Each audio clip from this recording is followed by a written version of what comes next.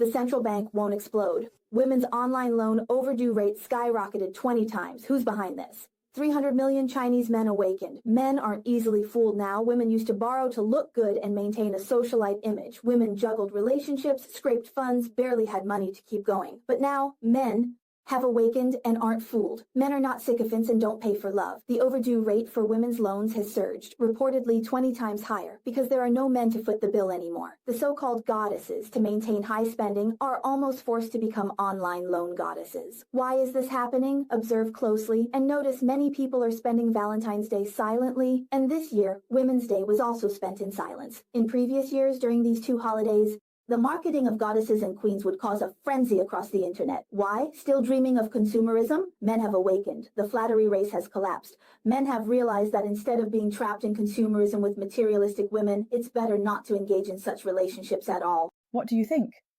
Many girls might say that good men don't enter the dating market. I'll say something that might be unpopular. Maybe you're not very attractive, or you're a bit older. If these dating men aren't interested in you, we can't introduce you to good guys. When a good man does enter the market, his time there is very, very short.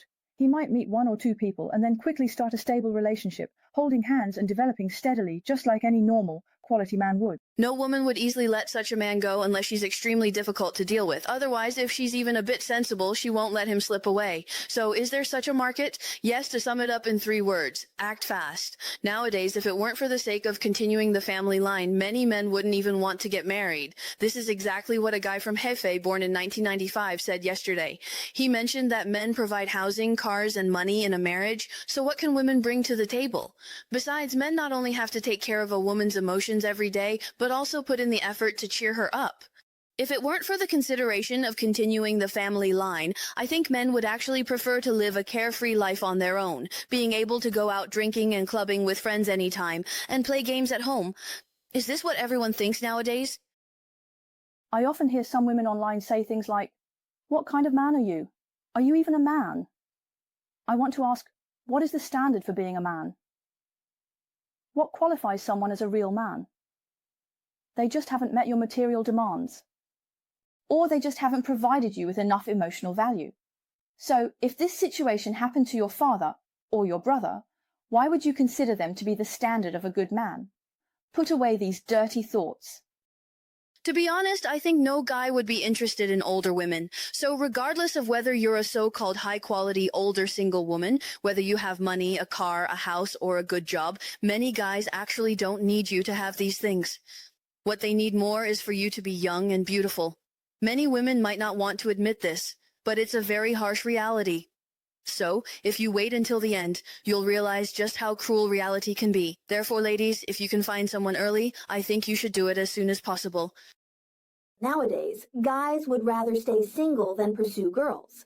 Why is this the case? First, dating requires guys to spend money, and the cost of dating is really too high. You can't pursue someone without spending money, and even if you do spend, there's no guarantee of a result. In the end, you might end up with nothing. Second, a large portion of them are just ordinary guys who can't afford a house or a car, and they feel embarrassed to let the other person suffer with them. Third, they really don't want to be a simp anymore. When two people have the right feeling, they will naturally be attracted to each other. No one needs to chase anyone. If there's no feeling, you can't pursue them, and a forced relationship isn't sweet. In the end, you might even be disliked by the girl, with complaints about this and that. Why spend money to suffer? Nowadays, girls' standards are really too high. Do you think it's tough for guys now?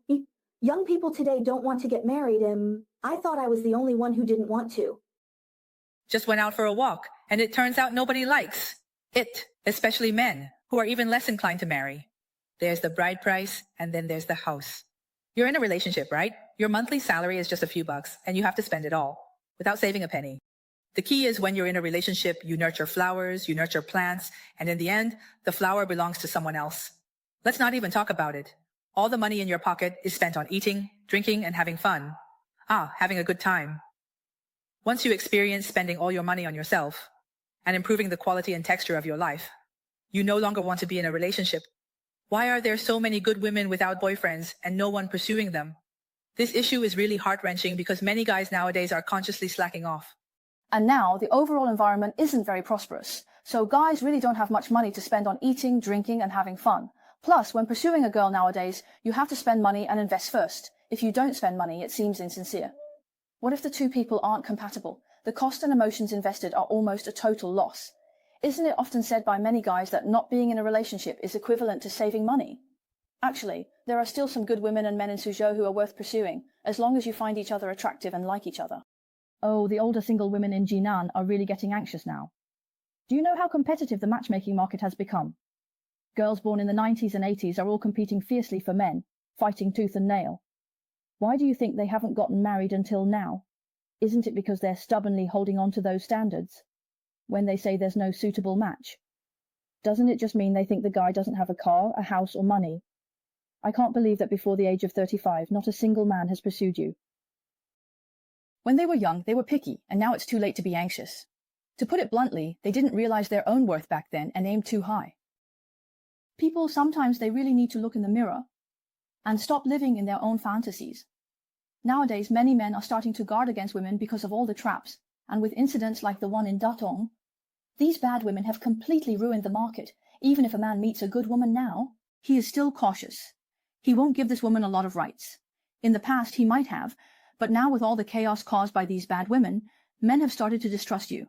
The relationship between men and women has become very hostile and difficult to manage, and good women are almost losing their market. The bride price I want is 380,000, and the house must be in my name. There should be no shortage of red envelopes after marriage, and the salary must be fully handed over. With 380 I can spend 200 yuan, and even if I spend 80 yuan for 90 minutes with me, I can have a billiard girl smile at me for 1,000 yuan, and someone will make me happy. For 500 yuan, a KTV girl can even escort me to the elevator. At your price, I could get an annual VIP membership, so if you want to spend money on those cheap services, do you think those girls smiling at you are sincere? If I spend this money on you, will you be sincere with me? You pay them, and they give you attention. Who would care about you otherwise? And you, with an empty wallet, don't even have someone who genuinely accompanies you. At least they can make me happy. It's laughable, writing about your reality while outsmarting anyone. People like you can't discuss love, only be self-moved in transactions. Get lost. Let's be honest today, the best generation of men and in-laws have encountered the worst generation. The previous generation of men didn't have so many bad habits. Now, it's really taken to the extreme. You have to provide a house, car, and bride price and still treat you like an ancestor, pampering you. The previous generation of in-laws used to suppress daughters-in-law, but now they get scolded whether they help you or not. No matter what, it's never right. Anyway, everyone in the family, as long as they're a person with a head, owes you something. As long as they're a person, they have to revolve around you. I think we must acknowledge a fact. Women in the old society indeed had a low status. And women in the new China are indeed great. Their mindset is that whatever men can do, we can do too. And we want to do it even better than them. Now, you haven't been oppressed by the old society, nor do you hold the greatness of women in your heart. So let's not impose past oppression on ourselves, right? You enjoy the highest treatment, yet you criticize men, using these as excuses for your laziness and selfishness. The term gender opposition simply doesn't exist. Words like poor loser and emotional value are terms that have been used on men in the past decade. After enduring for so many years, men have had enough. They started to awaken and fight back, and then you jump out and say they're creating opposition. Well, whether you admit it or not, the current environment is like this. That's just how it is. Sisters, have you noticed? It used to be that boys were chasing after blind dates, but now you can't even see a man looking for a blind date on the streets. Why is that? The guys are saying they'd rather stay single than spend their parents' lifetime savings to bring home someone who acts like an ancestor. Ladies, think back to a few years ago. How did you choose? As soon as you met, you'd ask if he had a car, if it was fully paid or on loan, if he had a house, if your name would be on it, how many brothers he had, if his parents had a pension, and if his monthly income was over 10,000. So you earn 3,800 a month, but you expect the man to earn 500,000 a year, and even give tens of thousands in dowry. Do you think finding a partner is like opening a blind box, always picking the top version? Now the guys have woken up too. They've seen too many examples where the man's family sells everything to gather the dowry. And 6 months after marriage, the woman leaves, leaving them with nothing. They've seen too many who look down on you, because your parents are old and not capable, saying we'll have to support them in the future.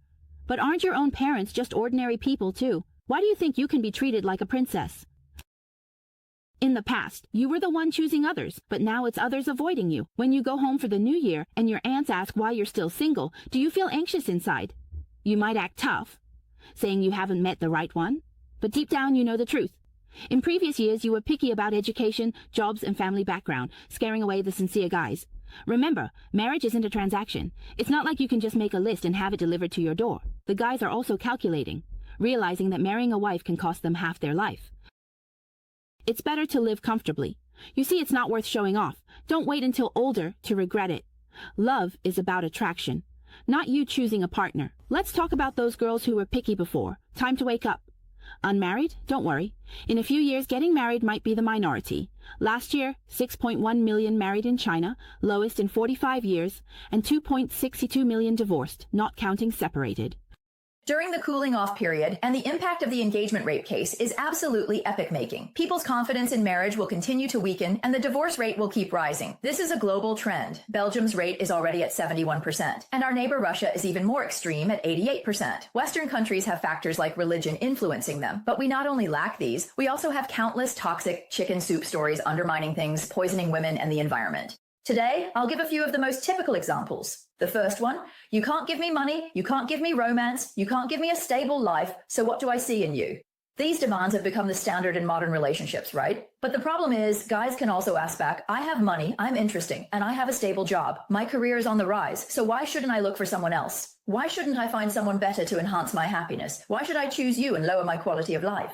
What social class are you in? The people you meet are likely from the same class. Marriage is a joint creation, not a one-sided demand. Besides, in today's society, where is there a truly stable life? Even within the system, salaries are being cut. If you want to marry someone and think everything will be settled once and for all, you might as well remain a child forever. The second point is even more critical. A home is a place for love, not for reasoning. Haven't many unscrupulous bloggers said this? What they imply is that emotional value is above all else, suggesting that men shouldn't question right or wrong, just keep appeasing. But for men, if he truly loves you and wants to live with you long term, he will patiently reason with you. Only a scumbag would disregard reason and facts, offering only emotions to deceive for temporary pleasure. For a family to be sustained long term, it needs both love and reason. The third point, before marriage, my parents cherished me, and I didn't have to do anything. After marriage, I shouldn't have to do so much either.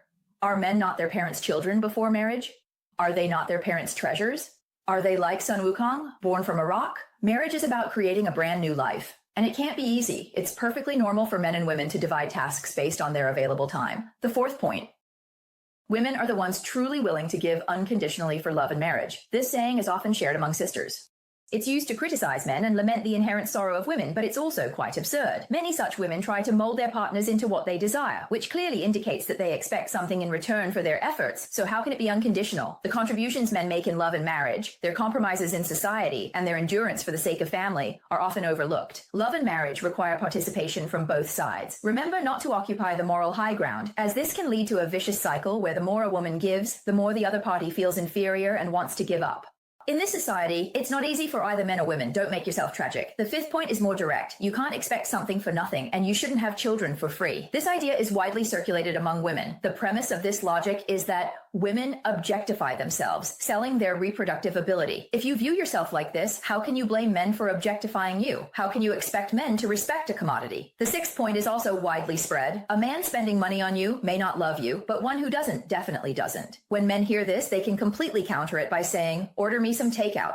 Someone might not love me, but a girlfriend who doesn't buy me a PS5 and a graphics card for my birthday definitely doesn't love me. Inspirational quotes are often just vague nonsense, while toxic quotes are harmful lies. The purpose of those spreading them is not to share wisdom or provide life answers, but to exploit your weaknesses and stir your emotions for their own gain. They offer you inherently wrong choices, disguised with seemingly reasonable excuses. What other examples of toxic quotes do you think there are? Let's discuss in the comments section.